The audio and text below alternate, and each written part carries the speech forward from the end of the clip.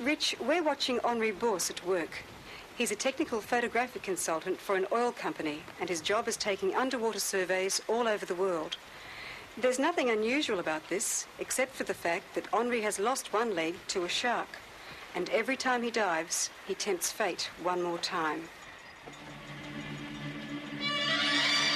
Henri still dives today, despite the trauma and terror he experienced in the water, and regards the shark as a deadly enemy. You see, there are 250 different species of sharks, or thereabouts, and there are only really 4 or 5 that are big enough to attack man, and each one has its own peculiarities. Yes, the sharks don't attack for pleasure, or just for sports, but the white pointer I have seen attack for no apparent reason. He's the only shark I've ever seen attack for pleasure. They attack one another just out of pure competition to get that food first. They're a very ferocious shark. It's a frightening thing to be made to realize that there's someone on Earth that actually eats human beings. He recalls that tragic encounter he had with one shark on November 29, 1964. Oh, it just came out of the blue, out of nowhere. We were filming seals just for pleasure.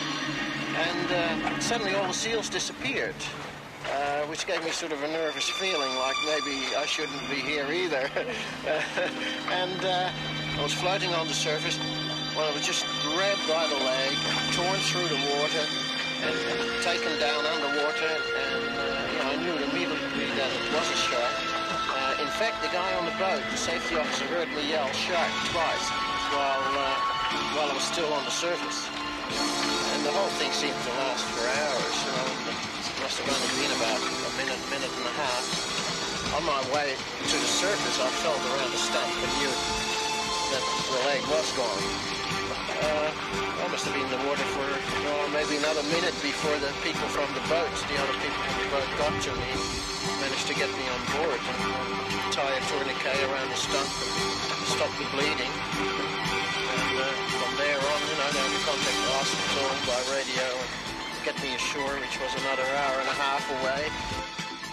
Bource was back diving a few weeks later, even though his survival was declared a miracle.